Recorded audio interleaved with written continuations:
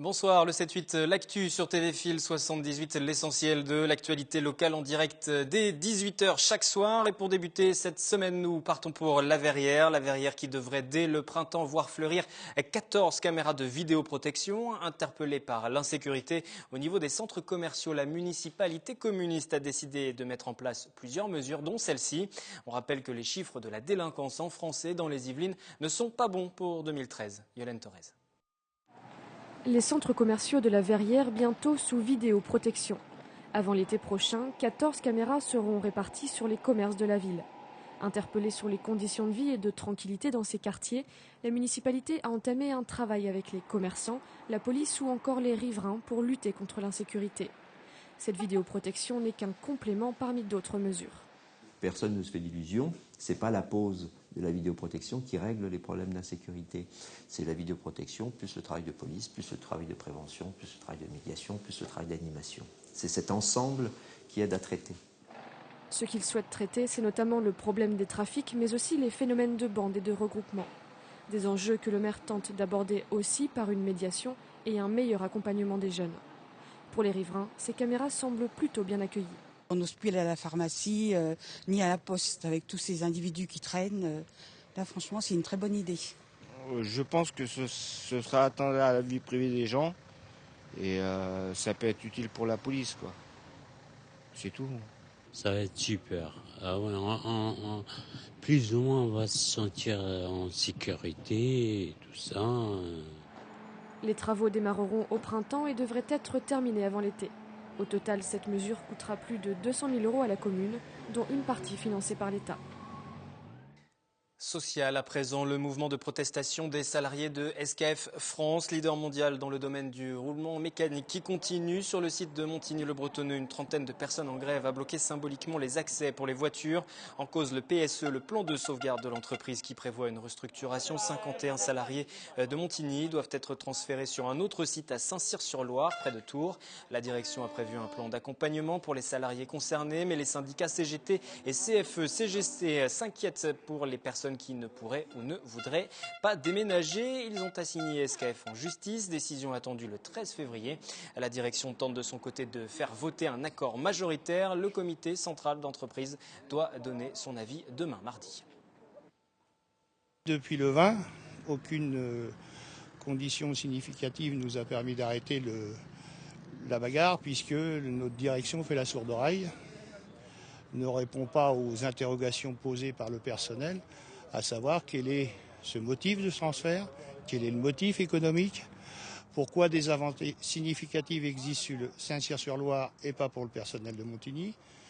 Tout ça, nous n'avons pas de réponse. La situation financière d'SKF est complètement saine.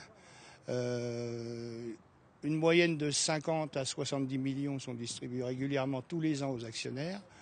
Le PSE devrait être à la hauteur des résultats d'SKF. Ce n'est pas le cas.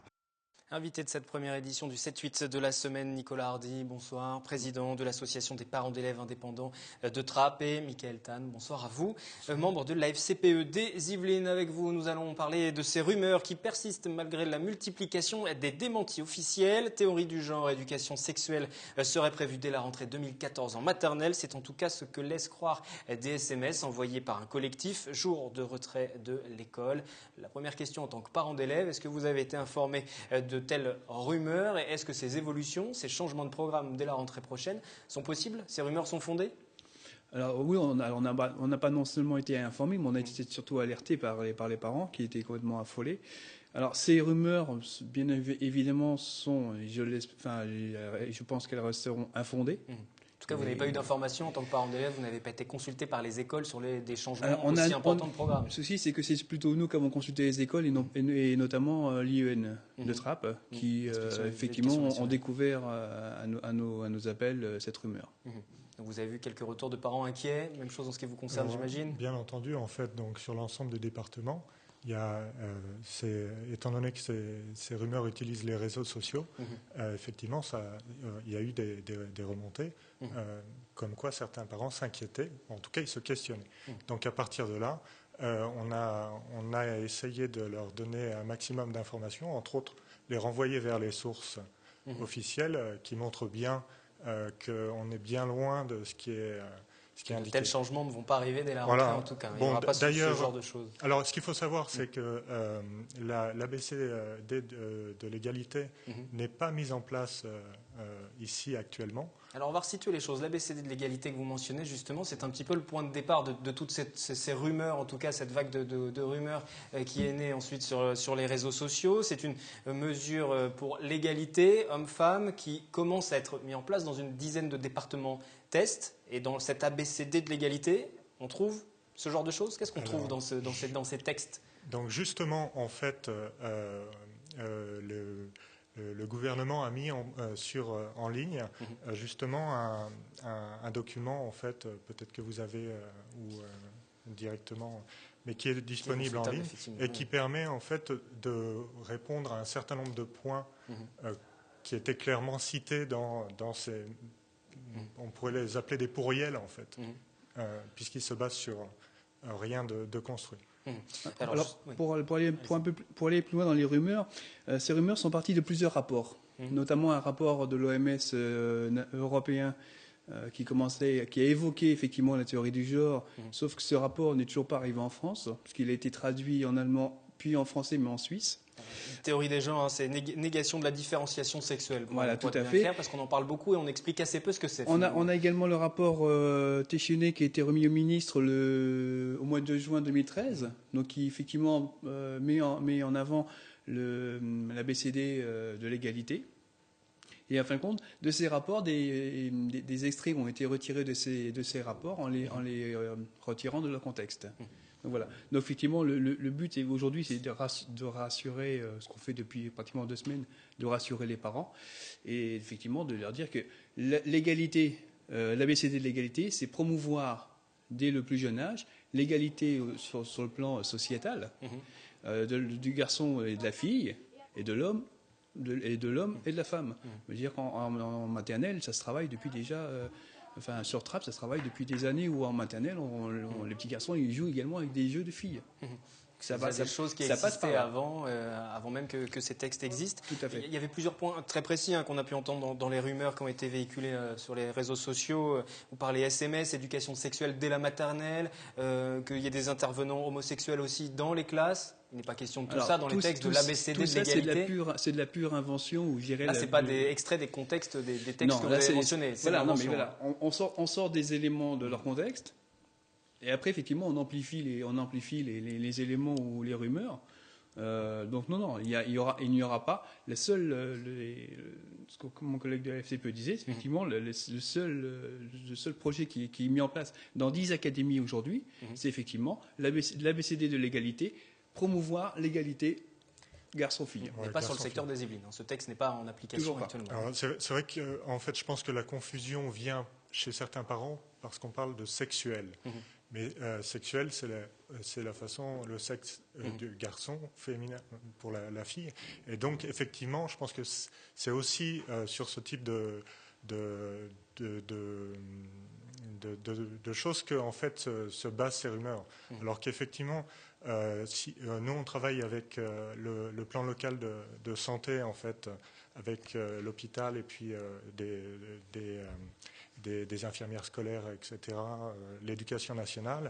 Et il est clair que l'ensemble des acteurs procèdent avec beaucoup de délicatesse pour aborder des thèmes que les enfants vont être amenés à rencontrer dans leur vie, que ce soit au niveau des élémentaires, mais aussi au niveau du collège par la suite, où là, c'est mis en pratique, entre guillemets. Ouais. Si on dépasse un peu juste le cadre quand même des rumeurs, ces rumeurs qui sont nées et qui finalement, vous me l'avez dit, sont fondées sur déjà de la fabulation et puis aussi certains textes. Ce texte de programme de l'ABCD de l'égalité qui a été lancé par le ministère des Droits des Femmes et de l'Éducation nationale également pour bien resituer le contexte. Là, c'est en phase de test dans une dizaine d'académies. Est-ce que c'est une bonne chose déjà, au-delà des rumeurs, ne serait-ce que l'idée de promouvoir l'égalité des sexes, la différenciation? Promouvoir l'égalité, bien sûr que c'est une bonne chose et il faut continuer.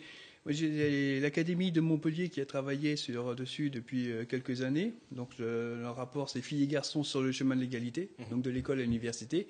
Ce rapport démontre déjà l'inégalité dans la scolarité des garçons et des filles, selon après que ça soit technique ou au niveau lycée, que ce soit technique ou général. Et tout ça, il faut le reprendre à la source, c'est-à-dire dès le plus jeune âge. C'est-à-dire qu'un métier n'est pas réservé aux garçons ou aux filles. Donc que les enseignants luttent contre les stéréotypes sexistes, c'est une bonne chose, ça fait partie des missions. Vous, en tant que parent d'élève, vous êtes content que les enseignants abordent ce genre de questions? Alors, ouais, j'imagine que la la réponse était oui. Je dirais évidemment. Après, attention comment on le fait. Bien sûr. Bon, de toute façon, effectivement, les représentants de parents d'élèves sont là justement pour modérer ce qui pourrait être excessif, et on n'hésite pas à le faire en règle générale. Alors qu'est-ce qui serait excessif, par exemple? Pareil, vous nous dites attention à comment on le fait. C'est-à-dire, à mon avis, je ne sais pas si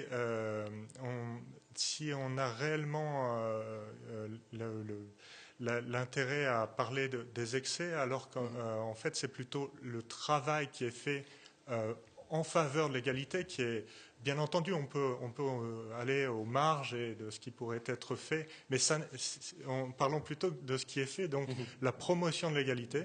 Et c'est pas fait que chez nous, et c'est pas fait que pour préserver les filles, c'est aussi pour préserver les garçons. C'est fait au Canada, c'est fait en Suède, et entre autres, parfois on est étonné de voir que certains rapports on arrive à indiquer qu'il faut faire une attention particulière aux garçons dans certains domaines parce qu'ils ont des difficultés que les filles n'ont pas et les amener à les corriger justement pour avoir l'égalité. En tout cas, ces rumeurs ont eu le mérite de faire naître tout un débat sur ces questions-là et d'intéresser les parents à ces évolutions de programme et à mettre en lumière l'ABCD de l'égalité. Donc finalement, on parlait peu dans le reste de la France, à part les académies qui étaient directement concernées pour la phase de test. Aujourd'hui, pour conclure, vous leur dites quoi aux parents d'élèves qui viennent vous voir? Vous leur dites ne vous inquiétez pas, continuez à amener vos enfants à l'école, parce que derrière ces rumeurs, il y avait aussi ce message de ne pas emmener les enfants à l'école pour contester et marquer symboliquement la désapprobation. Sur Trappes, on a travaillé de la même manière. Au niveau national, un communiqué aussi a été fait rappelant toutes ces choses. Bon, déjà, un des principes de l'UNAP, c'est que la primauté de l'éducation revient aux parents et reste aux parents. Effectivement, c'est aux parents d'éduquer leurs enfants. Par contre, oui, non, aux parents d'élèves plutôt, qu'ils soient rassurés. La théorie du genre ne rentrera pas dans l'école. Le ministre l'a dit, le président l'a dit, le Premier ministre l'a dit. Donc pas d'inquiétude de ce côté-là. Voilà. Et les inspecteurs d'académie nous le disent aussi. D'accord. Voilà.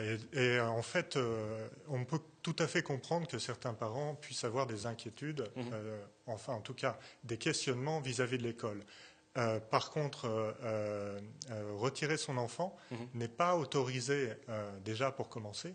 Et s'ils ont un questionnement vis-à-vis de l'école, plutôt que de le retirer, il serait déjà au moins aller vous poser les questions pour avoir des bonnes informations, d'aller à la source et pas se baser sur ces rumeurs via les SMS. Voilà, c'est un petit peu le constat ou le reproche qu'on peut faire. Effectivement, c'est qu'ils les parents n'ont pas eu le réflexe d'aller à la... Ils étaient surtout apeurés par ces SMS. Bon, on l'a bien compris, le mieux c'est encore de venir à la source pour avoir l'information. Merci d'être venu sur ce plateau nous en dire déjà un petit peu plus ce soir. Elle était l'invitée du 7-8 L'Actu jeudi dernier. Son interview est d'ailleurs à revoir en replay sur notre site internet. Valérie Pécresse est aujourd'hui prise à partie par le collectif de la Manif pour tous. Il lui reproche son vote positif à l'Assemblée concernant le texte de loi égalité homme-femme, alors qu'elle avait pris la parole en tête du cortège lors de la mobilisation pour la famille à Versailles le 15 décembre dernier. La Manif pour tous dit déplorer ce revirement et le condamner. Valérie Pécresse qui tiendra par ailleurs ce soir un nouveau rendez-vous dans le cadre de ces débats de Versailles à l'université Interage. Le principe, une invitation autour d'un livre. Ce soir, François Declosé, journaliste écrivain pour Maintenant ou Jamais. Ce week-end, le Vélodrome a été au cœur de l'actualité nationale avec ce record époustouflant sur la piste de Robert Marchand. 102 ans, reportage à découvrir d'ailleurs ce soir dans notre prochaine édition du 7-8 Sport avec Anthony Reich. Le public a aussi découvert ce tout nouveau complexe à travers des journées portes ouvertes. Retour sur l'événement du week-end. Sur le parvis, les files d'attente sont de plus en plus longues. Pendant 2 jours, le Vélodrome de Saint-Quentin-en-Yvelines a ouvert ses portes au grand public et un seul mot vient à la bouche des visiteurs. C'est vrai que c'est très, très impressionnant, toute la voûte qu'il y a au-dessus, avec tout l'espèce de rail, je sais pas ce que c'est, mais c'est une construction qui est très impressionnante, oui. À peine entrés dans l'enceinte, les curieux aperçoivent la piste olympique et la plupart s'attardent à contempler cet outil unique au monde en tribune. C'est très aéré. Vraiment, je pense qu'on a un point de vue magnifique sur la piste et l'air central, n'importe où on se trouve dans l'installation. Donc c'est très très bien, belle réalisation. Des gradins au centre de la piste, il ne fallait descendre que quelques marches pour se retrouver exceptionnellement sur l'air central, zone habituelle de l'échauffement des professionnels. L'occasion d'approcher l'équipement spécifique nécessaire pour la piste. On en a un, mais pour la route, il y a des freins, il y a tout ça. Celui-là, il est un peu plus léger. Hein. Il y a le minimum, strict minimum. Ah, c'est magnifique. Oui. Ouais, ça doit pas être donné, ça. Hein. C'est très beau. Ça fait envie d'en faire. Si cette opération permet de faire découvrir le Centre national du cyclisme, elle pourrait faire naître quelques vocations.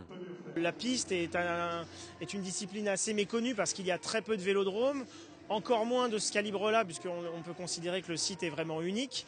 Voilà, c'est forcément quelque chose qu'il faut démocratiser et puis qu'il faut expliquer aux gens du territoire qui ne sont pas tous des cyclistes. Voilà.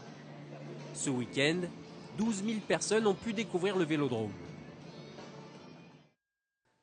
En marge de ces portes ouvertes au vélodrome, ce week-end, certains ont manifesté pour réclamer d'autres pistes cyclables. C'est le cas du collectif de réappropriation de l'espace public et de l'association Vélodrame. Ils étaient présents samedi midi pour inaugurer une non-piste cyclable à Trappes. L'association dénonce le financement du vélodrome alors que d'après ses membres, il manque des équipements sur l'agglomération. Vélodrame revendique une quarantaine d'adhérents. La communauté d'agglomération, le département, la région investissent énormément d'argent dans un vélodrome qui pour nous est un équipement qui ne sera pas nécessairement très utile aux Saint-Quentinois. Et par contre cet argent ne va pas à l'aménagement des points durs des pistes cyclables de Saint-Quentin en Yvelines. Donc il y a certains points qui sont repérés depuis des années, depuis des schémas directeurs de 2008, qui sont repérés comme des points durs, des points dangereux pour les cyclistes. Et depuis des années, nous n'avons pas les aménagements nécessaires au quotidien des Saint-Quentinois, alors que nous allons avoir un vélodrome. Fin du journal pour ce lundi. Merci de nous avoir suivis. Rendez-vous demain 18h pour un nouveau point complet sur l'actualité locale. Le journal vous sera présenté par Catherine Zulato. Bonne soirée.